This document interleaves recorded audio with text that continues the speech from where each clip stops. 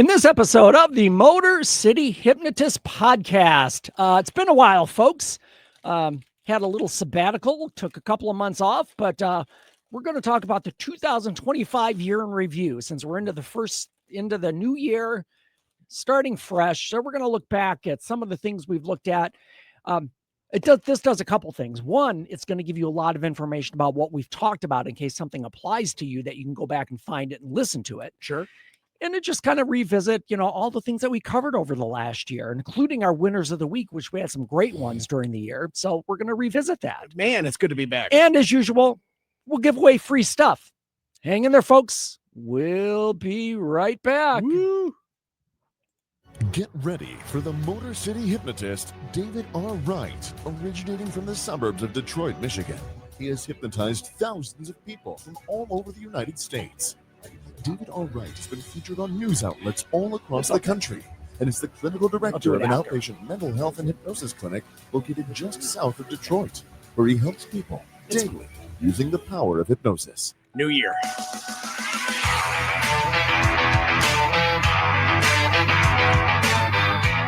Welcome, the Motor City Hypnotist, David R. Wright.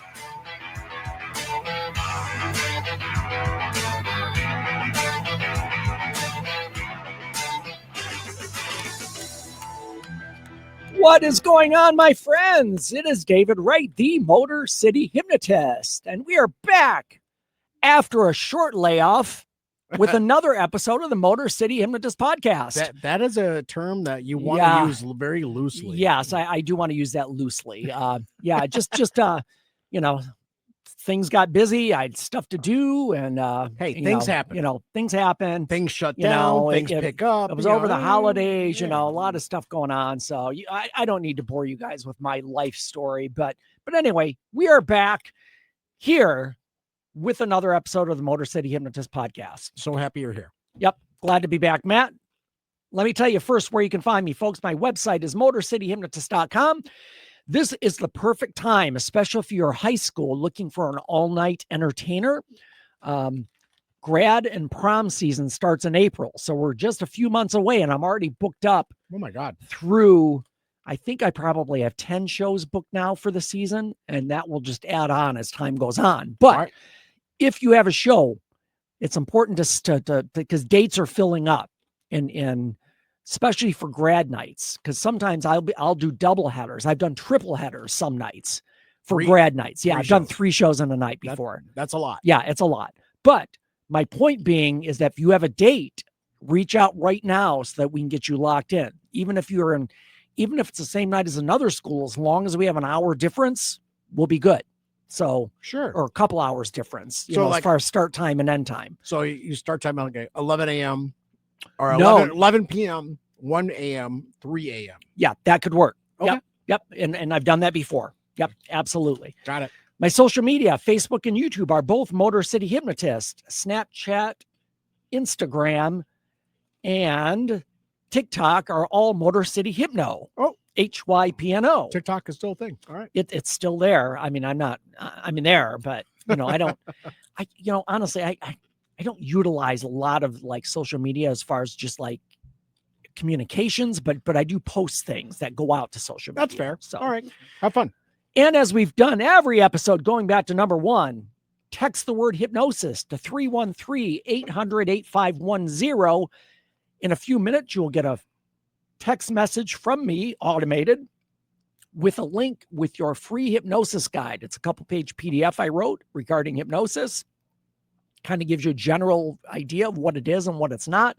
Dispel some myths and misconceptions, but is yours for free. You will also get a link to the Google page for my business, Motor City Hypnotist. The great thing is if you could leave a review of the podcast, or even me if you've seen a show for me, or if you've seen me in person as a client. Either way, it'll go to there. All the reviews cover everything. All right. Look at it, leave a review. That'll be great. The other thing, wherever you're listening, whatever platform you're on, be it, iTunes, Spotify, whatever, it's important that leave a review on the site there, and also subscribe, connect, link, whatever you need to do on your platform so that you get the show whenever they drop. All righty, Oh boy. It's time, Matt. It's been a while. It has been.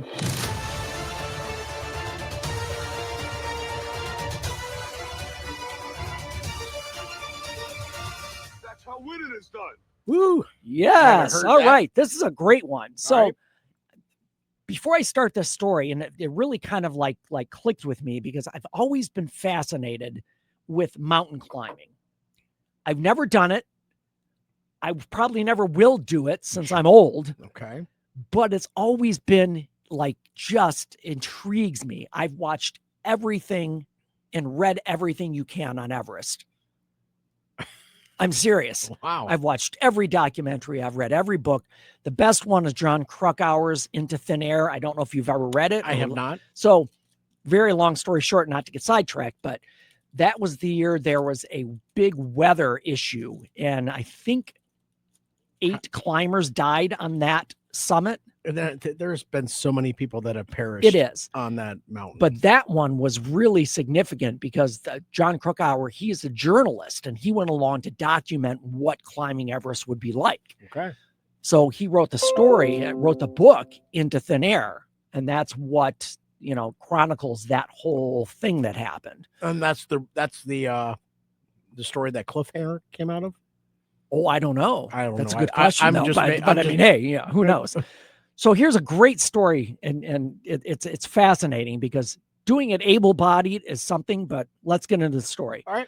A British war veteran who lost both of his legs in Afghanistan has become the first above-the-knee double amputee to reach the summit of the highest peaks on every continent in the world. Damn. On Tuesday, 46-year-old Hari Buddha Magar summited the highest mountain in Antarctica, Mount Vinson, the final peak in his epic mission, after a grueling 3-day climb that saw him battle through 13 degrees below zero temperatures. Oh my God. The summit not only marked another mountaineering world's first for the climber, but also a major landmark in Hari's mission to boost disability awareness and inspire others to climb their own mountain, whatever that might be. Upon completing the world record, the veteran from Canterbury, Kent, said the climb was very tough. The conditions and difficulty meant I was literally crawling on all fours, battling my way up the mountain. Jesus. But crawling along, he was able to look up and take in the incredible views where spectacular Antarctica mountain peaks pierced a thin layer of clouds below. A disability shouldn't limit the size of your dream or your ability to achieve it. Yes, you might need to adapt to your approach, get help, or think differently, but you can do it, he told SWNS News Agency. If a family man like me from Canterbury can do it, anyone can. I just walked my stairs from the basement to the upstairs I know, today. Just the thing of this. Hari found a new purpose in the world of adventure and sports, starting with skydiving and skiing, and then he decided to conquer a childhood dream to climb Mount Everest. And he's from Europe, British Columbia? Yep. He is from... You said at the very beginning. Canterbury, Kent. Okay. Yep. So, on the U.S. side, it's the Wounded Warrior Project. Right? Yeah, it could be. And yeah. it's, veterans that have been wounded in war and lost their legs or what have you. I've met a number of folks from the Wounded Warrior Project, skied with them on a prosthetic right. ski. Yes. What these guys have seen, what they've experienced, and for them to continue to want to fulfill life experiences, it's amazing to see these individuals do what they do because they have to for their own mental health. Yes, for their own well-being. Yeah. So just as a question, Matt. Yeah. The 7 summits, that's the like the pinnacle, no pun intended. How many people ever do you think have summited 7 summits? I would say less than 50. 500. Okay. Yep. Fewer than 500 people have ever climbed the 7 summits. That's amazing. The tallest on each continent. Wow. Hari's 7 summit journey took only 6 years. So he did 7 summits in 6 years. Because you could. And officially started in 2018 when he first applied to climb the world's highest mountain, the only one to be denied by the Nepalese authorities, who banned climbers with disabilities, a ruling he was key in challenging and overturning in a high court. Wow. So they turned him down when he applied, first of all, because he was disabled. And then he went to the courts Mhm. and they let him Hey, do it. Let him do it. He's going to sign Yep. the waiver anyways, so let him go. So a fantastic story. Here's a photo of Hari on Jesus, look at this guy. the mountainside. Again, he's a double amputee. Yeah. He's got prosthetic legs. Uh-huh. He's climbing a mountain with a smile on his face. Yeah. This story blows me away. That's crazy. I love that. It's great. So, oh man, I got. Let me read the last. Go His ahead. courage, determination, unwavering commitment to creating positive changes reflect everything we stand for as an organization, said one of the charities, Team Forces, that he is supporting. So he is supporting charity. He's doing this to raise money for charity as well. Okay. So to Hari, what definitely winner of the week material for there that, for man. sure.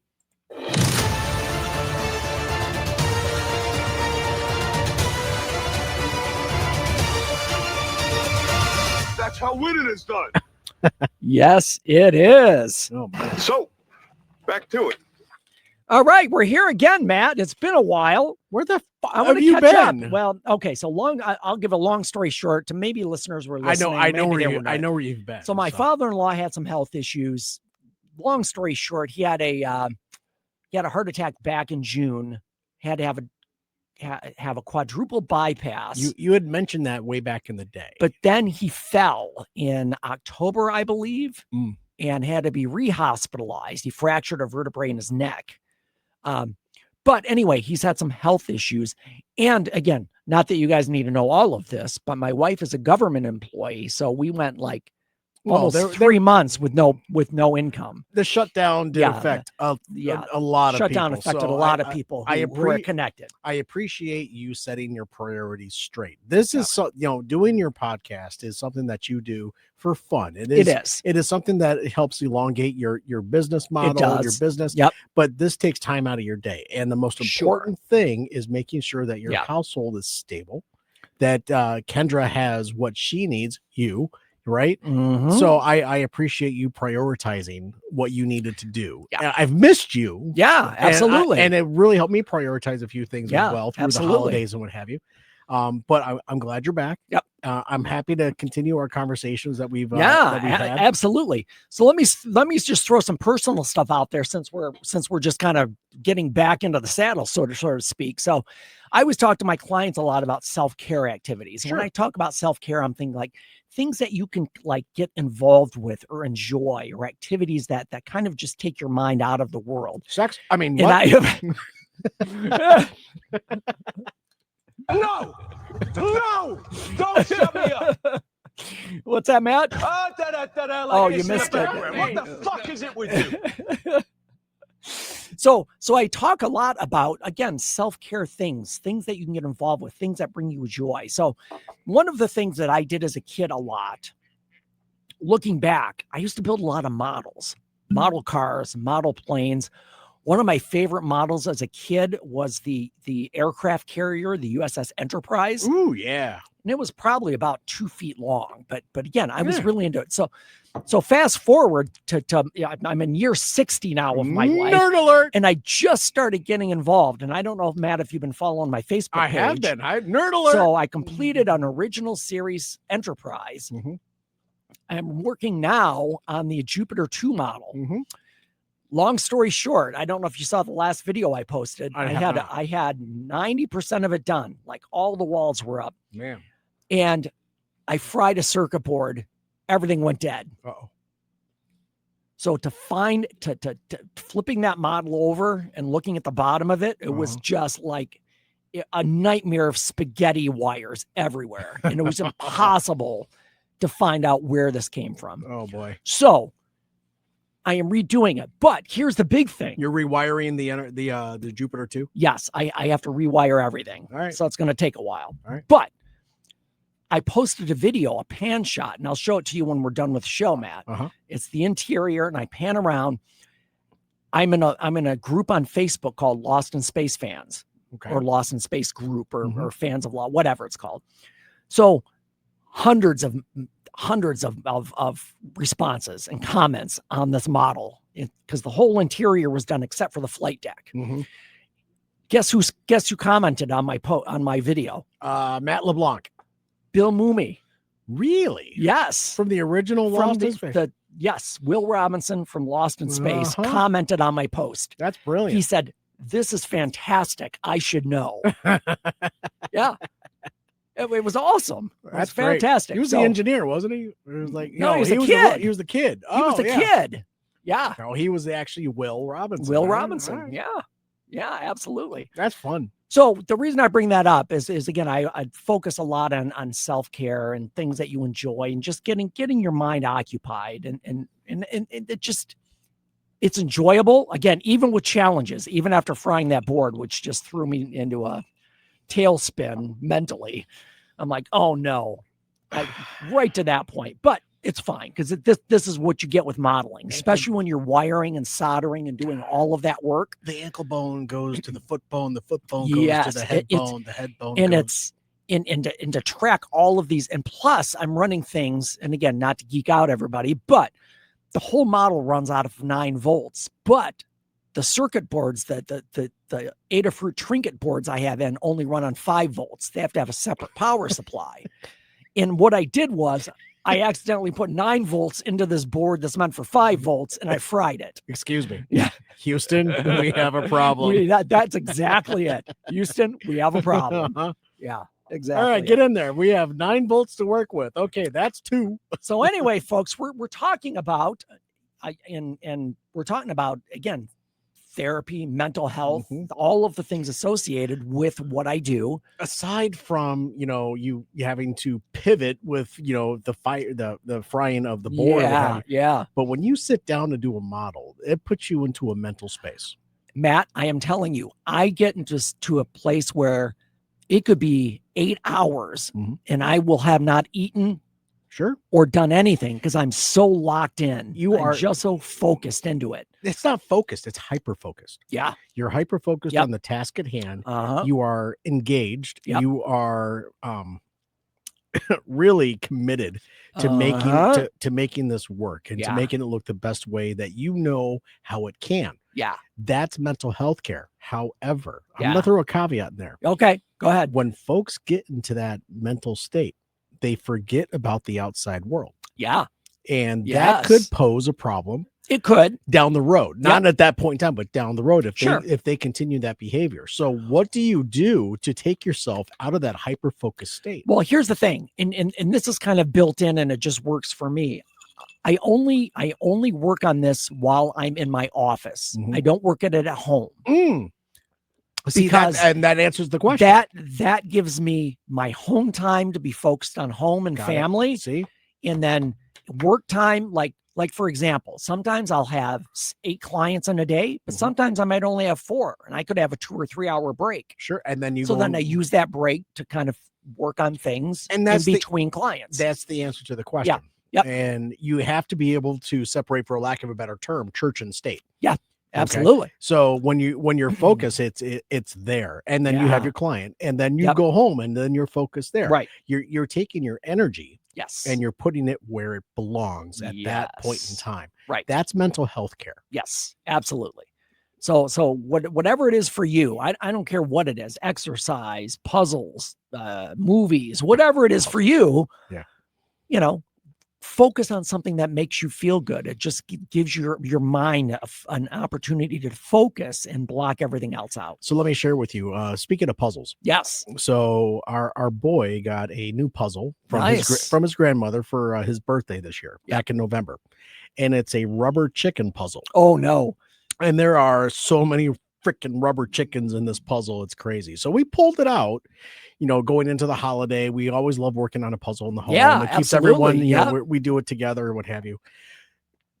Go back 2 years ago, I got a gift from the boy who was a rubber chicken that when you squeeze it, it makes noise.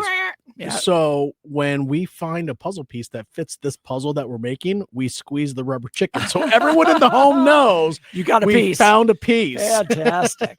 That's awesome. We're still working on this damn puzzle, and it's mind blowing how many legs go on rubber Oh my gosh. chicken. Yes. It's wild. Well, and that's what makes a puzzle so difficult, because the colors are all the same on every piece. just And about just getting it reorganized. We're about 85% done. Nice. And it's almost there. It's just these last few, but it takes us to that mental space. Yes, right? absolutely. Yeah. Not just that mental space, but now you're spending time with your family and you're doing things. My New Year's Eve, Dave, my partner and I, we spent the evening putting that puzzle together. That's how we spent our New Year's Eve. Fantastic. It was just the two of us. And, we like to imbibe here and there. Yeah. You know what we did? Every time we got a piece, we did a shot. Absolutely. We had fun. It was just two people enjoying each other's time, doing something fun together. And that to me is mental health care as well. Absolutely it is. It's just, I've had so many great experiences over the past month and a half, around mental health. And I'm pinpointing these items just to share with you that I am in total agreement with taking care of oneself. Yes, absolutely. Now I got to go to the gym. So yeah, that's always, that's another challenge. Yeah, of course. So we're here, folks. And as far as the podcast goes, we're talking about last year in review. It's the end of the year. It's the beginning of a new year. Typically we do a review of what we've talked about over the past year. Please. So we've had some great podcast things. We started out the year with therapy Q&A, and that lasted, I think, 7. Gosh, that was a long episodes. series. It was quite a few, but people have a lot of questions about therapy. How does it work? What should I look for? What do we look for in a therapist? But if you have any of those questions, go back to the early in 2025. That was our first series of the year last year. We talked about golf therapy. We did. Yes. And we even talked about the possibility of combining therapy with golf. Mm-hmm. Now, putting that into practice is a lot more challenging than one would expect, but I think the idea is there. I think it's like primed to kind of flesh out, and as weather gets better, we'll look at that. Little did I know, that conversation would lead me to hitting a hole in one. Last year. Yes, that we did that podcast, and then Matt and I golfed together later in that spring. That was fun. Hole 10 at Westburn Golf Course. Yep. One stroke wonder. There you go. That's it. We did a series on personality disorders. And again, there are a lot of different personality disorders, and they all, kind of show themselves in different ways, but we covered a lot of that. We talked about autism and mental health. We did. Being on the spectrum, what that means. And again, the big thing with autism, and when people say you're autistic, the assumption is, oh, they're severely disabled. But no, because that's why it's called a spectrum. You could be severely autistic and be quote unquote disabled, but you could be on the low end of the spectrum and just have some emotional regulation issues. So being autistic is not, it's not a negative. It's as far as the way you perceive yourself, because there are a lot of people on the spectrum, more than you would even know, because it's not really tested. There is really no blood test. There's no specific test. It's all based on behaviors and reactions and symptoms. There are a lot of brain scans, questions that you answer while you have, electrodes linked to your head. Like an EEG. Whether you're on the medication or off medication, there are a lot of ways to determine where you're at, development wise and how you are behavior wise at the same time. I know the smartest kid in the world. And he's genius. He's a genius. And he's an absolute genius. He knows more about the world than he absolutely knows. And he doesn't know that though. Right? Yes. He's a genius. He could put together a 2,000 piece Lego set in one day. He's amazing. And to hear that whole series on autism, that really turned me around in a lot of different ways. And here's the thing. A lot of autistic people are super high IQ. Yes. And here's the problem. I mean, I guess it's not a problem. It just is what it is. And I say this all the time. Stupid people are seldom unhappy. And on the road. Because they don't know any better. Because they're on the roads. Well, I'm just saying, if you have a low IQ, you don't have a lot of stuff going on in your head. And people who are super intelligent tend to overanalyze and get too involved and get their mind involved. But anyway, with the autism and mental health, go back and listen to those episodes because we cover a lot of that. Yeah, It's the overthinking, cool. the overstimulating. There's a lot that we talked about. And a lot of issues with emotional regulation. That is the biggest challenge a lot of times with autism. And when you say, repeat that again. I said there are a lot of emotional challenges associated with autism. And with the emotional side, it's not acting out, it's closing off. It could be both. It could be closing off. It could be acting out. Yeah. But a lot, from my experience, it's a lot of closing off. There's not a lot of acting out. It's getting quiet. It's just, kind of doing what they do by themselves. Yeah. Right? Isolating is a big thing. It's huge. And again, and this is not a bash on video games, but again, things like that, where it's just individual, you're just locked in, doing your thing. Yeah, and as someone who wants them to be able to work through those things, I want them to talk through it. I want them to share with me, what are you thinking? What is going through your head? How can I help you move to that next step to bring you out of this quote unquote funk, if you will? Yeah, right? funk. That's a good word for it. Go on. Cool. So here's what we're going to do, folks. I know we typically, when we record, we do 2 sessions. We're already out of time for our first session, but we're going to come back and we're going to finish up our 2025 year in review with a lot of the other things that we've talked about. And we're going to hit some of our highlights of winners of the week for the year. Oh, so stay tuned for that. Those of you on Facebook Live, stick around. We're going to do another episode. Those of you listening, wherever platform you're on, skip ahead to the next episode, or it will be there next Tuesday or Thursday. Love it. All righty, folks. Change your thinking, change your life, laugh hard, run fast, be kind. We'll see you next time.